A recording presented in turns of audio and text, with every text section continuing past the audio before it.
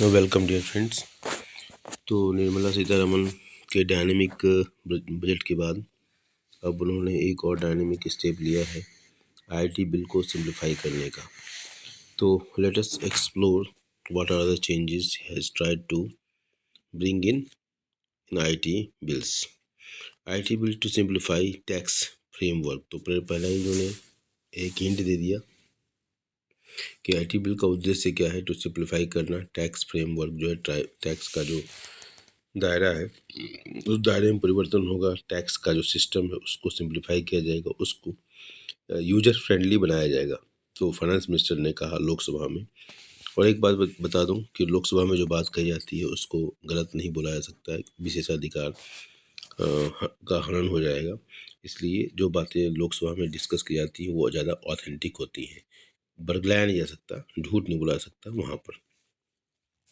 New Delhi, union finance minister Nirmala Sitharaman Visakhapatnam की है ये, Thursday introduce the income tax bill 2025 in the Lok Sabha, aiming to abridge the bulky direct tax act and make it simple।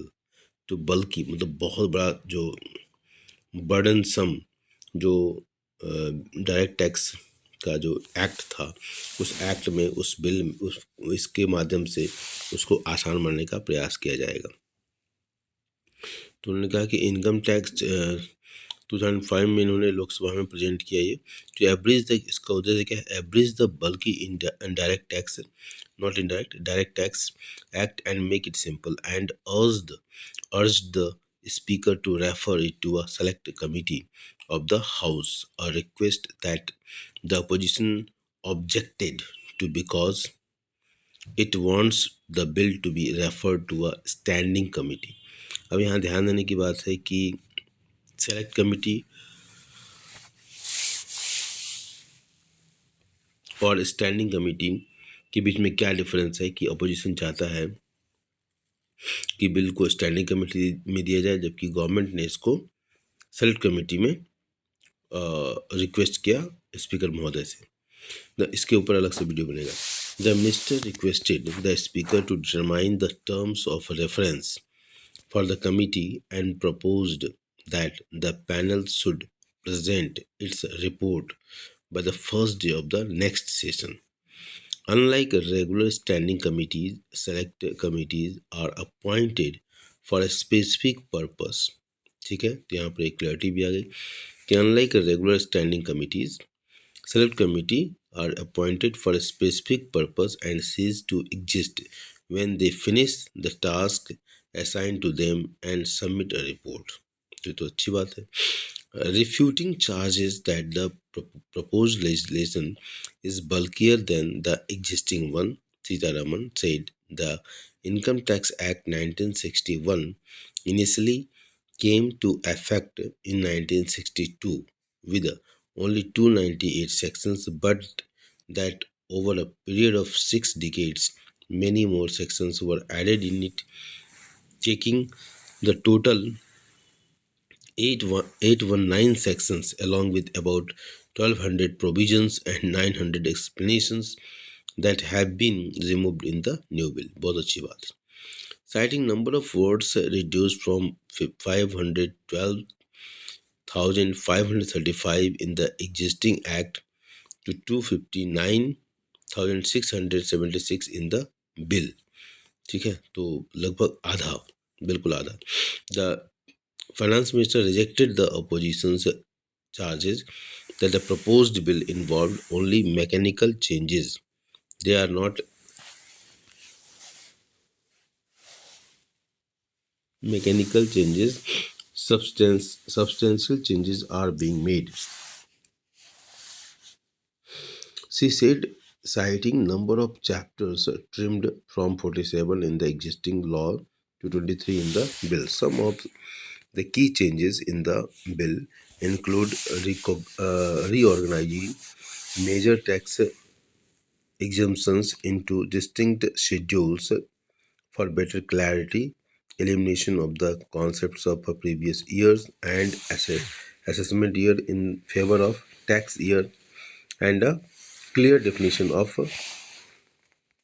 virtual digital assets VDAs along with taxability on income from crypto assets including cryptocurrencies. On VDAs, the Central Board of Direct Taxes CBDT on Thursday clarified that there is no change in the scope of virtual digital assets under the Income Tax Bill 2025. The definition under the bill incorporates the amendment already proposed under the Finance Bill 2025. It said, commenting on the matter, Vikram Sub, Subburaj, CEO at the Gitos crypto platform, said that the formalization by the union government is a significant milestone as it is indicative of bridging crypto within the ambit of the Indian financial framework. In a statement, the Finance Ministry said that the Income Tax Bill 2025 reflect the government's commitment to enhance ease of doing business by providing a tax framework that is simple and clear. The simplification exercises was guided by the three core principles: textual and structural simplification for improved clarity and coherence, no major tax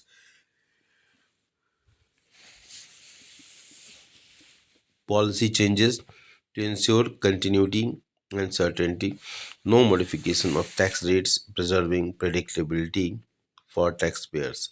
The statement added that the government adopted a consultative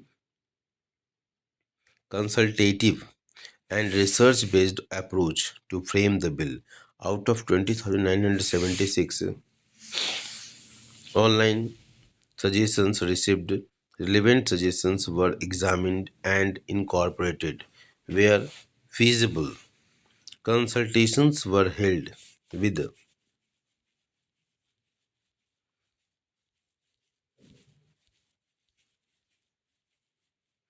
industry experts and tax professionals, and simplification models from Australia and the UK were studied for the best practices, it said.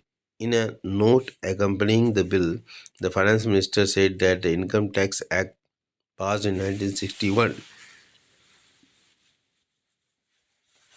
has been subjected to numerous amendments since its passage 60 years ago. As a result of these amendments, the basic structure of the Income Tax Act has been overburdened and language has become complex, increasing cost of compliance for taxpayers and hampering efficiency of direct tax administration. Administrators, practitioners, and taxpayers have also raised concerns about the complicated provisions and the structure of the Income Tax Act, she said.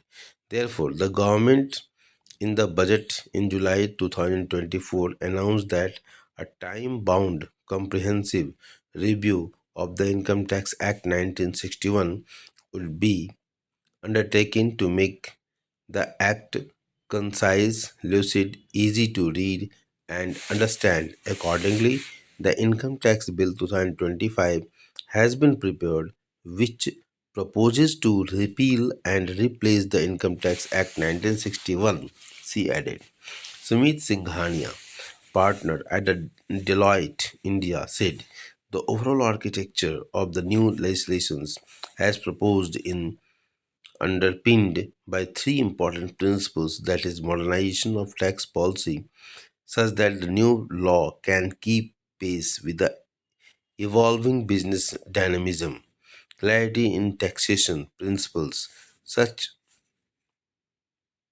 that outcomes are minimally litigious, litigious इसको litigious देखना पड़ेगा, and finally bringing about simplicity in litigation होता है ना, तो litigious simplicity in tax compliance process to encourage wider voluntary compliance across the board.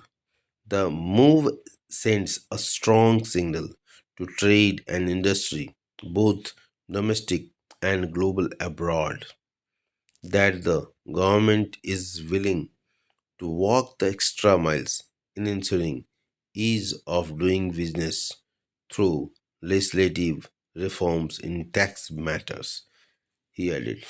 तो एक बहुत ही बढ़िया आर्टिकल था कि क्या सरकार की योजनाएं हैं, सरकार कैसे काम करती है और स्टेटस को क्या है इनकम टैक्स लॉज में, क्या परिवर्तन आने वाले हैं, क्या प्रपोज्ड है. I hope it is a good for knowledge enhancing. Okay, thank you, bye bye.